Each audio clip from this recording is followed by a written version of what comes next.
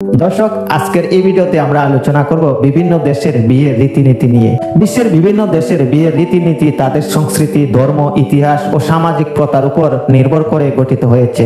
Japan Shinto বিয়ে ঐতিহ্যবাহী বিয়ে শিন্টো ধর্ম মেনে মন্দিরে হয়ে থাকে। পোশাক কিমোনো পরেন বর কনে। কনে সাধারণত সাদা কিমোনো পরে থাকেন। আনুষ্ঠানিকতা সানসান কোদো একটি প্রথা যেখানে বর কনে ও তাদের পরিবারে 3 বার করে শাকে অর্থাৎ জাপানি মদ পান করিয়ে থাকে।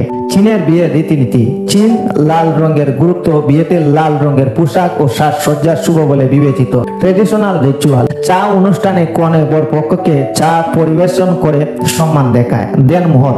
বরপক্ষ কনের পরিবারকে অর্থ উপহার দেয়, যাকে ব্রাইট প্রাইস বলা হয়। আফ্রিকার কিছু অঞ্চল যেমন জাতিগত বৈচিত্র্য ইবুরুবা হাউসা প্রতিটি জাতিগোষ্ঠীর নিজস্ব প্রথা রয়েছে। উপহার প্রদানের রীতি বরপক্ষ কনের পরিবারকে নানা উপহার ও অর্থ প্রদান করে থাকে।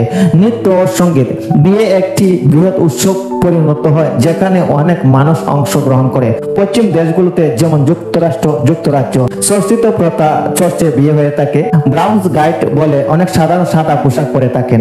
দক্ষিণ কোরিয়া হানবক ঐতিহ্যবাহী পোশাক পরে বিয়ে হয়। পেবেক রীতিনীতি বিয়ের পর বর কনে বরের পরিবারের কাছে আনুষ্ঠানিকভাবে নমন্য প্রদর্শন করে এবং উপহার দেয়। সুইডেন ও নরওয়ে বিয়ের রীতিনীতি আধুনিক ও সমান অধিকার ভিত্তিক বিয়ের সিদ্ধান্ত বর কনে পূর্ব মতামত জরুরি।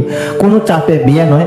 অনেক সময় যুগল একসাথে দীর্ঘদিন থাকার পর বিয়ে হয়। সরল ও প্রকৃতি পরিবেশে বিয়ে অল্প লোকজন প্রকৃতির মাঝে বিয়ে করার চল আছে। অসংখ্য ধন্যবাদ এতক্ষণ ভিডিওটি দেখার জন্য। যে যেখান থেকে ভিডিওটি দেখছেন লাইক কমেন্ট শেয়ার করে সবাইকে দেখার সুযোগ করে দিন।